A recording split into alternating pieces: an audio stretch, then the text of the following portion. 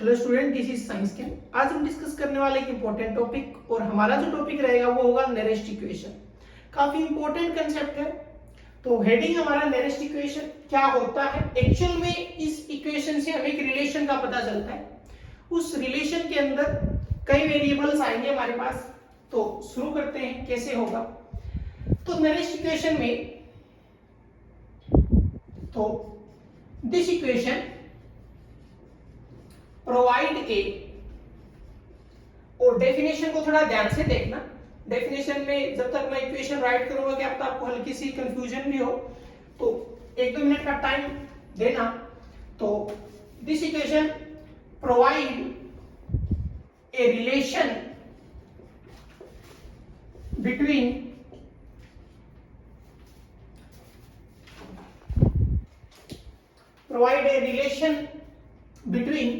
अब थोड़ा सा ध्यान से देखना। इलेक्ट्रोड पोटेंशियल किसका रिलेशन होगा? इलेक्ट्रोड पोटेंशियल का। ओके, जिसको हम क्या लिखते हैं? ई से लिखते हैं। ओके, और इसके साथ क्या हो सकता है? या होगा ईएमएफ का ऑफ सेल।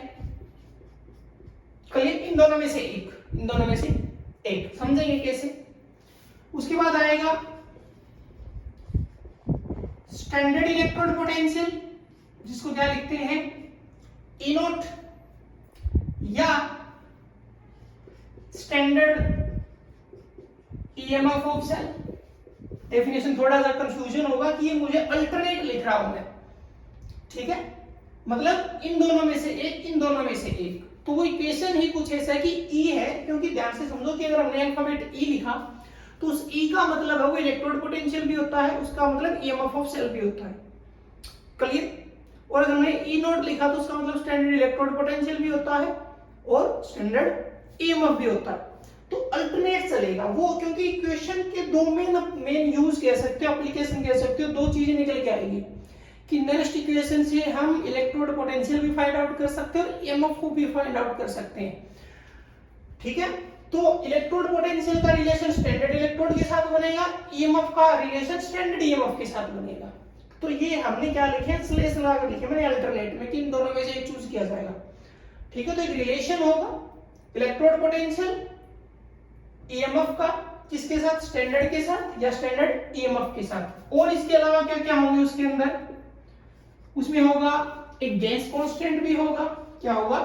Gains constant. उसके अलावा क्या होगा? टेम्परेचर भी होगा। उसके अलावा क्या होगा? Faraday constant. एंड एक चीज और होती है जिसको बोला जाता है रिएक्शन क्वोशिएंट। क्या बोला जाता है? रिएक्शन क्वोशिएंट बोला जाता है, जिसको हम क्यू से लिखते हैं। क्लियर? ये 2 से 3 चीजें क्या होता है डेफिनेशन में आप छोड़ भी सकते हो, जैसे गैस कांस्टेंट हो गया, फैराडे कांस्टेंट हो गया। तो एक रिलेशन होगा किसका? स्टैंडर्ड इलेक्ट्रोड पोटेंशियल का, ठीक है? यानी कि इलेक्ट्रोड पोटेंशियल का स्टैंडर्ड इलेक्ट्रोड पोटेंशियल के साथ, या ईएमएफ का स्टैंडर्ड ईएमएफ के साथ। और कौन कौन सी चीजें होंगी इक्वेशन के अंदर? एक गैस कांस्टेंट होगा आर, टेम्परेचर होगा टी, फैराडे कांस्टेंट होगा, और एक रिएक्शन क्वोशिएंट होगा। क्लियर? ओके। अब जो इक्वेशन वो कैसे दिखेगी, तो हम क्या लिखेंगे? इक्वेशन को कैसे लिखेंगे? E is equal to E naught. Clear? अब मुझे डिफाइन करनी पड़ेगी कि क्या है, तो मैं इनको दो तरीके से डिफाइन करूंगा। क्लियर? तो E is equal to E naught minus R T divide by n F और नेचुरल लॉग, ठीक है? नेचुरल लॉग से शुरू करेंगे, फिर लॉग बेस 10 में आएंगे, फिर फर्दर सोल्व करते जाएंगे, पूरे स्टेप्स में करेंगे। तो ln, और यहाँ पे क्या आ जाएगा? रिएक्शन क्वोशिएंट आ जाएगा, क्यू। क्लियर? अब एक दो चीजें डिस्कस कर लेते हैं। जैसे अब यहाँ पर ln है, यानी कि नेचुरल, तो देखिए E equal to E naught है minus R T N F natural log किसका है? रिएक्शन क्वोशिएंट का। अब यहाँ से हम 2 चीजें सोल्व कर लेते हैं पहले, फिर हमारा रिएक्शन आगे थोड़ा सा इजी हो जाएगा। यहाँ पर ये जो ln है, नेचुरल लॉग का रिलेशन, नेचुरल लॉग से किसी भी वेरिएबल का, फॉर एग्जांपल मैंने x ले लिया कि x का नेचुरल लॉग है, तो ये क्या होगा कि हम लॉग बेस हमारे लिए इजी रहता है तो उसमें कन्वर्ट करेंगे तो 2.303 log बेस 10, ठीक, और x। तो एक तो ये समझ लो यहां से ये वैल्यू हम पुट करने वाले हैं अभी। और एक बात है इस रिएक्शन क्वोशिएंट की, तो रिएक्शन क्वोशिएंट जो होता है वो होता है concentration of product divide by concentration of reactant. ये दो चीजें यहां से पिक कर लो, इनको अभी हम इसमें पुट कर देते हैं, ठीक है। तो ये ध्यान से समझना, ये अल्टरनेट है, ओके। कैसे यदि आप समझ जाओगे तो मैं वेरिएबल्स को दोबारा से डिफाइन करूंगा, ठीक है। एक बेटर टॉपिक मिलने वाला आपको, ओके।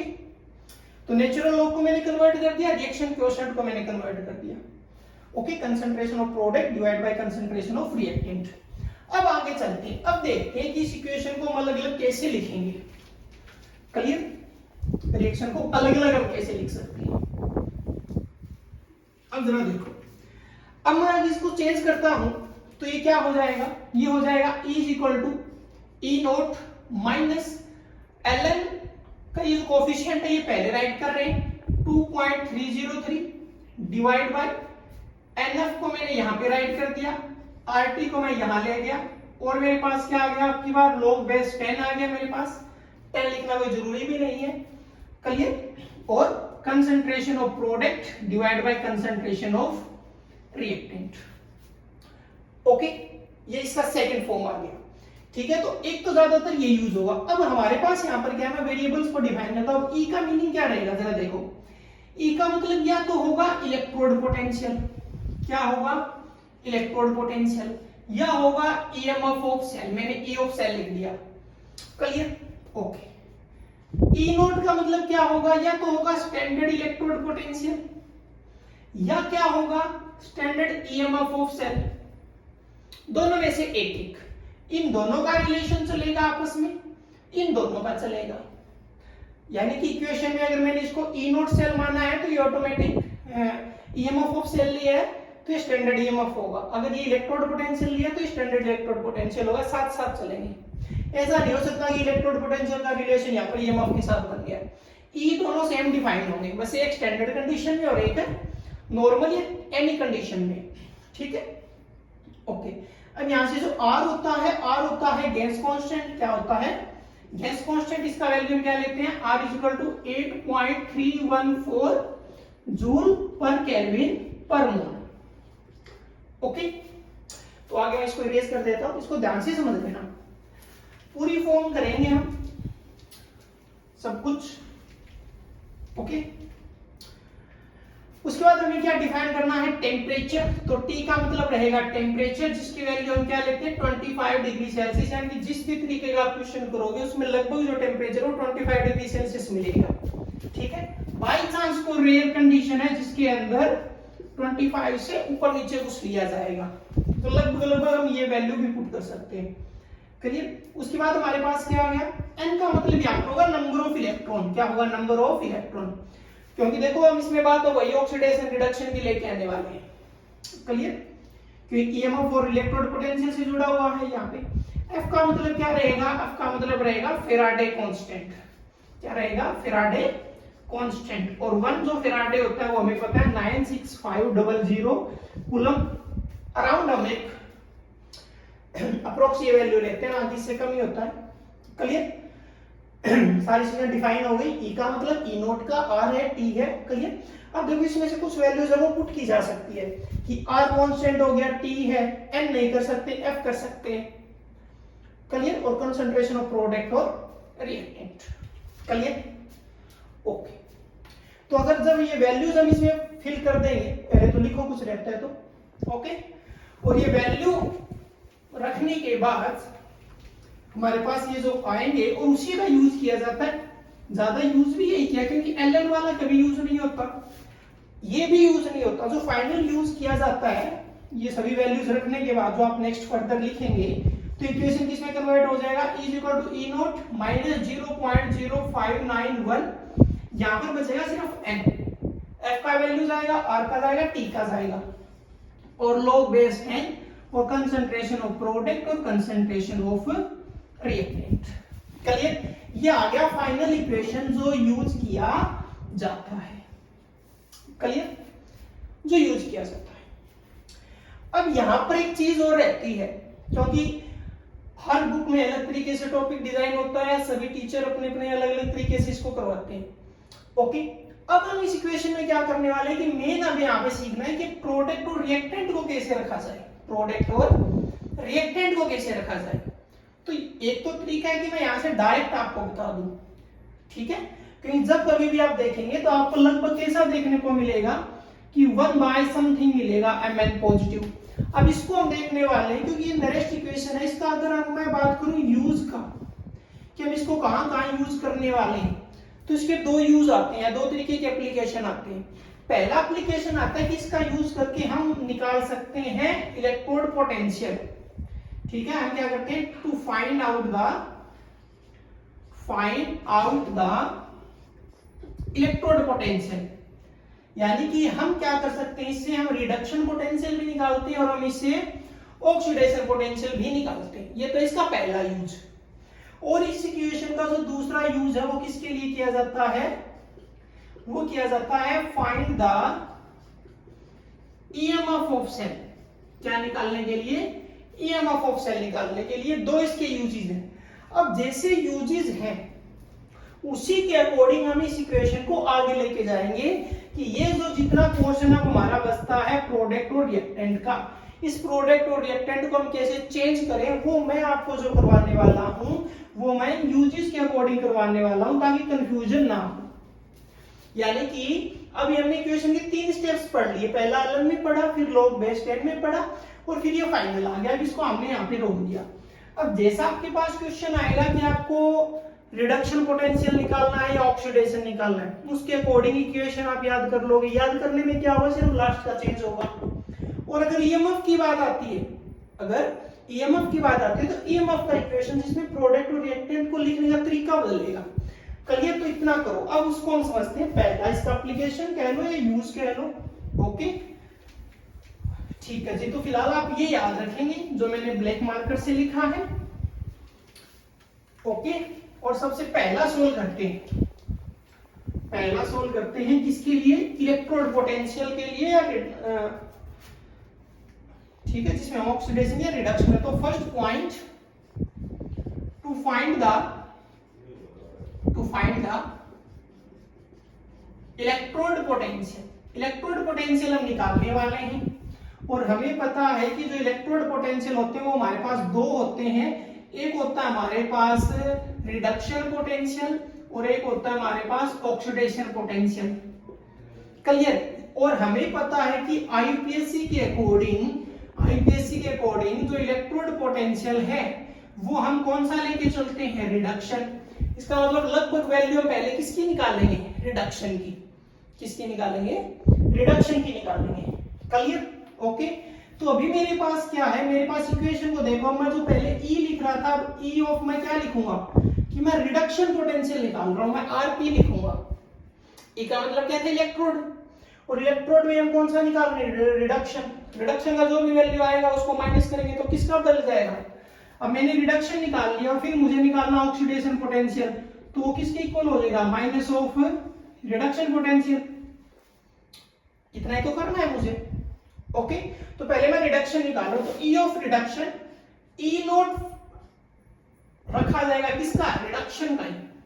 तो देखो मैंने जो स्टार्टिंग में डेफिनेशन में एज अ वेरिएबल डिफाइन किया, तो हमने लिखा था कि अगर ये नॉर्मल है रिडक्शन पोटेंशियल तो ये स्टैंडर्ड आएगा। अब माइनस क्या हो जाएगा, माइनस 0.0591, यहां पर बचा था हमारे पास n। क्लियर, यहां पे था log base 10, concentration of product, concentration of reactant. Clear, इतना आगे, इतना सीख गए कि RP रखना है। अब जरा आगे वाला देखो कि अब मेरे को रिडक्शन है तो मैं रिडक्शन का इक्वेशन ले लेता हूं, मैं रिडक्शन का इक्वेशन ले लेता हूं। यानी कि रिडक्शन में क्या होगा कि Mn पॉजिटिव, कोई भी जो मेटल है वो n इलेक्ट्रॉन को गेन करेगा और वो क्या बनाएगा, मेटल सॉलिड बनाएगा, मेटल सॉलिड बनाएगा। अब इस चीज को ध्यान रखना इसको कि ये जो है हमारा, ये क्या है, ये है रिएक्टेंट, ये क्या है, प्रोडक्ट, ये क्या है, प्रोडक्ट। और हमें यहाँ पे क्या लेना है, कंसंट्रेशन। तो हमेशा ध्यान रखना कि जब भी चाहे रिएक्टेंट हो चाहे प्रोडक्ट हो, ठीक है, यानी कि चाहे रिएक्टेंट हो या प्रोडक्ट का कंसंट्रेशन हो। अगर वो सॉलिड स्टेट में है या वो लिक्विड स्टेट में है तो उसका वैल्यू हमेशा इक्वल टू क्या आएगा, 1 आएगा। रिएक्टेंट हो चाहे प्रोडक्ट हो, अगर वो सॉलिड स्टेट या लिक्विड स्टेट में तो वो उसका कंसंट्रेशन इक्वल टू क्या लेते हैं, 1 लेते हैं। यानी कि इस केस में इसका जो कंसंट्रेशन है जो भी मेटल उसका क्या बनेगा, 1 बनेगा। तो अगर मैं यहाँ पे सिर्फ मैं लिखूं या एक तो मैं डायरेक्ट ही फिल कर दूं तो जो यहाँ का रिएक्शन कोएफिशिएंट निकलेगा, जो रिएक्शन कोएफिशिएंट निकलेगा, जो मैं क्यू निकालता हूं कंसंट्रेशन ऑफ प्रोडक्ट, या उसमें चलो पूरा ही समझते हैं, इतना कर लिया। अब इस इक्वेशन को हम चेंज करते हैं इसको, तो क्या हो जाएगा, E reduction potential equal to E naught reduction potential minus 0.0591 divide by N log base 10, और क्या हो जाएगा, कंसंट्रेशन ऑफ प्रोडक्ट क्या है, कंसंट्रेशन ऑफ एम है ना प्रोडक्ट, रिएक्टेंट क्या है, कंसंट्रेशन ऑफ Mn पॉजिटिव। ये आ गया हमारा फाइनल इक्वेशन, ये आ गया फाइनल इक्वेशन। क्लियर, ओके, ये समझ में आया। रिडक्शन का इक्वेशन लिखा, ये रिएक्टेंट है, ये प्रोडक्ट है। प्रोडक्ट के में M पॉजिटिव है। अब M कौन सा है, सॉलिड है। सॉलिड का कंसंट्रेशन क्या होता है, 1 होता है। सॉलिड का कंसंट्रेशन 1 लिया जाता है। तो कंसंट्रेशन सिर्फ किसका बचा है यहाँ पर, रिएक्टेंट का। यानी कि अगर मैं इस रिएक्शन को एक स्टेप आगे और लेके जाऊं, जो मैं यही लिख दूं, इसी में आपको मैं बता दूं कि इसके बाद जो आप लिखेंगे, ठीक है, इसके बाद जो आप लिखेंगे, तो अगर मैं इसी में चेंज करूं, ठीक है, चलो लिखते ही है, चेंज नहीं, लिखते ही है पूरा, क्या बनेगा फाइनल इक्वेशन। देखो एक स्टेप सोल्व किया है हमने ताकि कोई प्रॉब्लम ना हो। Reduction potential E naught reduction potential minus 0.0591 divide by n और लॉग, अब ऊपर वाला कंसेंट्रेशन हो गया 1, तो मेरे पास क्या बचा, Mn positive, concentration of Mn positive. ये आ गया फाइनल इक्वेशन जो हमें यूज करना है। तो अभी जो आपको ये इक्वेशन याद करना पड़ रहा था, अभी इसको हमने रिडक्शन में चेंज कर दिया। यहां से जो वैल्यू निकलेगी, और ध्यान रखना जब क्वेश्चन मिलेगा तो इस क्वेश्चन में ये रिडक्शन पोटेंशियल गिवन होगा, ये आपको दिया जाएगा। एन यहां से पता लगा लोगे। फॉर एग्जांपल अगर ये कॉपर 2 पॉजिटिव का इक्वेशन होता तो कॉपर 2 पॉजिटिव में कितने इलेक्ट्रॉन आते हैं, 2 इलेक्ट्रॉन, तो इनका वैल्यू कितना पुट हो जाता, 2 पुट हो जाता। Clear, okay. तो यहां से आप रिडक्शन निकालते और जो भी रिडक्शन निकल के आता उसको नेगेटिव साइन लगा लेते तो किस में कन्वर्ट हो जाता, ऑक्सीडेशन पोटेंशियल में। तो ये आ गया पहला यूज। अब आप फाइनल चाहे इसको तो याद करना ही करना है, इनमें से इस फॉर्म को याद कर लो, ये आपको लर्न करना है, ये याद करना है, इसका नीड नहीं रहेगा। हमेशा ही पहले हम कौन सा निकालेंगे, रिडक्शन निकालेंगे हमेशा ही, ओके, हमेशा ही रिडक्शन निकाला जाएगा। अब आते हैं सेकंड पर, सेकंड एप्लीकेशन पर, जिसमें हम क्या निकालेंगे, नेरेस्ट इक्वेशन का यूज करके हम निकालेंगे ईएमएफ। क्या निकालेंगे, ईएमएफ निकालेंगे, ठीक है।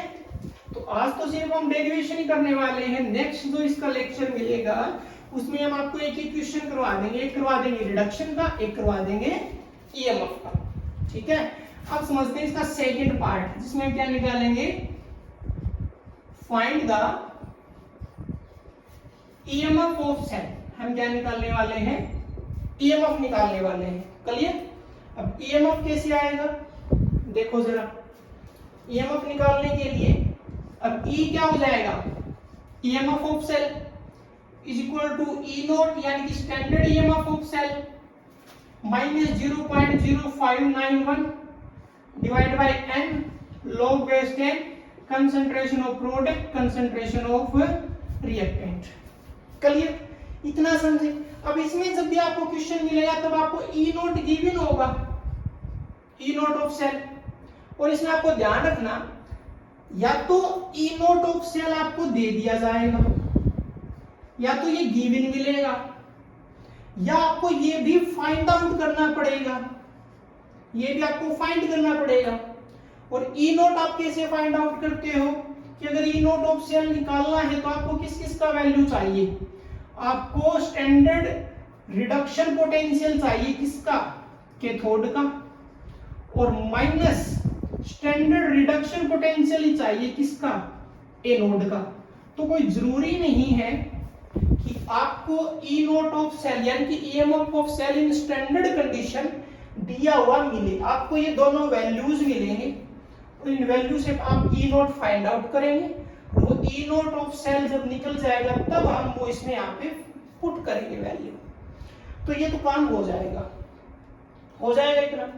अब जरा इस चीज को देखो कि ये हो गया हमारा काम। अब हमें किससे डील करना है, हमें समझना उसी प्रोडक्ट और रिएक्टेंट को। अब इसमें ध्यान से समझो क्योंकि पूरे सेल की बात हो रही है। इससे पहले वाले में रिडक्शन समझा तो उसमें ऑक्सीडेशन की तो बात ही नहीं की, यानी कि जो डेनियल सेल वगैरह हम दो समझ रहे थे, लेफ्ट बीकर राइट बीकर, उसमें तो सिर्फ हमने राइट वाले से काम चला दिया। अभी रिडक्शन वाले में तो यानी कि जहां पे हमने इलेक्ट्रोड पोटेंशियल निकाला, लेकिन ईएमएफ तो पूरे सेल की बात होती है, यानी कि लेफ्ट बीकर भी कंसीडर करना, राइट भी कंसीडर करना। इसका मतलब एनोड को भी शामिल करना, कैथोड को भी शामिल करना, यानी कि ऑक्सीडेशन और रिडक्शन। इस केस में आपको क्या करना पड़ेगा कि आपको एक इक्वेशन और देखना पड़ेगा। कौन सा इक्वेशन, आप कह सकते हो कि पूरा सेल इक्वेशन आपको पता होना चाहिए। एक हमने सेल रिप्रेजेंटेशन किया था, एक उसी में हमने सेल इक्वेशन किया था, याद होगा। समझाने के लिए मैं मान लेता हूं, समझाने के लिए कि हमारे पास क्या होगा कि कोई रिएक्टेंट ए है और बी है, और मान लेते हैं इसका कोफिशिएंट ए है, इसका बी है। ये ठीक वैसा है जैसा +1 में आपको स्टोइकियोमेट्रिक कोफिशिएंट सिखाया गया था, वहां पे लॉ ऑफ मास एक्शन किया जाता है ना, और ये कन्वर्ट हो रहा है x और y में। इसका कोफिशिएंट x और इसका कोफिशिएंट y। ये हमारा पूरा क्या है, रिएक्टेंट, ये पूरा क्या है, प्रोडक्ट। अब अगर हमें इसका रिएक्शन क्वोशिएंट लिखना पड़े, Q अगर हमें इसका लिखना पड़े तो वो क्या हो जाएगा, कंसंट्रेट। अब कोफिशिएंट भी है, और +1 में क्या सीखा था, हालांकि हमारे नेक्स्ट केमिकल काइनेटिक्स में भी आने वाला है रेट लॉ, ठीक है, जहां पे हम लॉ ऑफ मास एक्शन पढ़ते हैं पूरा, फिर रेट लॉ पढ़ते हैं कि जो कोफिशिएंट होता है वो पावर में चला जाता है। तो कंसंट्रेशन ऑफ रिएक्टेंट, सॉरी पहले प्रोडक्ट, तो प्रोडक्ट क्या है, x, तो इसका कोफिशिएंट x पावर में चला गया। दूसरा प्रोडक्ट क्या है, y, इसका कहां चला गया, पावर में y। Concentration of a coefficient power बन गया, और b का कोफिशिएंट इसका पावर बन गया। अब ये आ गया रिएक्शन कोफिशिएंट। अब यहाँ पे पूरा लेना पड़ेगा, सिर्फ रिडक्शन से काम नहीं चलेगा। अब इस सेल इक्वेशन में हमें पता है कि एक का तो हुआ होगा ऑक्सीडेशन और एक का हुआ होगा रिडक्शन, यानी कि अगर ये पार्ट समझ में नहीं आता तो आपको कौन सा लेक्चर देखना चाहिए, सेल रिप्रेजेंटेशन का जो लेक्चर है जिसमें हमने अलग अलग क्वेश्चन किए हैं। सेल रिप्रेजेंटेशन कैसे किया जाता है, ठीक है, उसमें हमने ये भी देखा कि सेल रिप्रेजेंटेशन में हम जैसे हमें सेल रिप्रेजेंटेशन से अलग अलग इलेक्ट्रोड निकालना हो, वो भी हमने किया है, पूरा डिटेल में लेके चले। तो ये एक इंपॉर्टेंट लेक्चर है, क्लियर, ओके, ठीक है। तो अब हमारा, और अगर ये नहीं भी आता तो अब जैसे नेक्स्ट में न्यूमेरिकल करने वाले हैं तो वहां पे हम पर्टिकुलर एक एग्जांपल लेंगे, ठीक है, ओके। या अभी देखो फिर Q का अब ये वैल्यू पुट करेंगे तो क्या हो जाएगा, फाइनल इक्वेशन क्या आ जाएगा, E of cell is equal to E naught of cell minus 0.0591 divide by n, और log कंसंट्रेशन ऑफ x का power x, concentration of y का power y, concentration of a का power a, concentration of b का power b। ये आ गया final equation. और ये आप कब यूज करेंगे, जब आपको क्या दे दिया जाए, क्या दे दिया जाए, ईएमएफ की जब बात हो। अब इसमें भी देखो चार चीजें हैं, इसमें से दो कैंसिल होगी। दो कैंसिल क्यों होगी, इस बात को जरा समझो कि एक का ऑक्सीडेशन होगा, एक का रिडक्शन होगा। मान लेते हैं कि इसका ऑक्सीडेशन हो रहा है तो यहां तो ये मिलेगा सॉलिड में, तो मान लेते हैं ए से एक्स बना तो ए का एक्स का स्टेट क्या मिलेगा, एक्वास। बी मान लेते हैं एक्वास था, इसका रिडक्शन हो रहा है क्योंकि इलेक्ट्रॉन गेन करेगा, तो ये किस में कन्वर्ट होगा, सॉलिड में। तो ए का कंसंट्रेशन 1 हो जाएगा और यहां से y का कंसंट्रेशन 1 हो जाएगा। क्लियर? ये कब समझ में आएगा? अभी इतना बनाना सीख लिया, अब ये समझ में आएगा जब हम इसकी क्वेश्चन करेंगे। तो हमेशा ध्यान रखना कि E of cell E naught आपको पता होना चाहिए, या तो ये गिवन मिलेगा या ये आपको फाइंड करना पड़ेगा। फाइंड करने के लिए वही पुराना तरीका। क्लियर? ईएमएफ हम कैसे फाइंड आउट करते हैं? तो ये दोनों वैल्यूज होने चाहिए और पुट करेंगे और इक्वेशन होगी हमारे पास जिससे एक्स और वाई। क्लियर? तो ये कंप्लीट हो गया नेरेस्ट इक्वेशन। हमने पूरा डिटेल में देख लिया, बहुत ही स्लो हमने किया है, ध्यान से। अब इसके दो क्वेश्चन करवाए जाएंगे। पहला जो होगा इलेक्ट्रोड पोटेंशियल निकालने के लिए और दूसरा होगा ईएमएफ निकालने के लिए। तो मिलते हैं नेक्स्ट लेक्चर के साथ।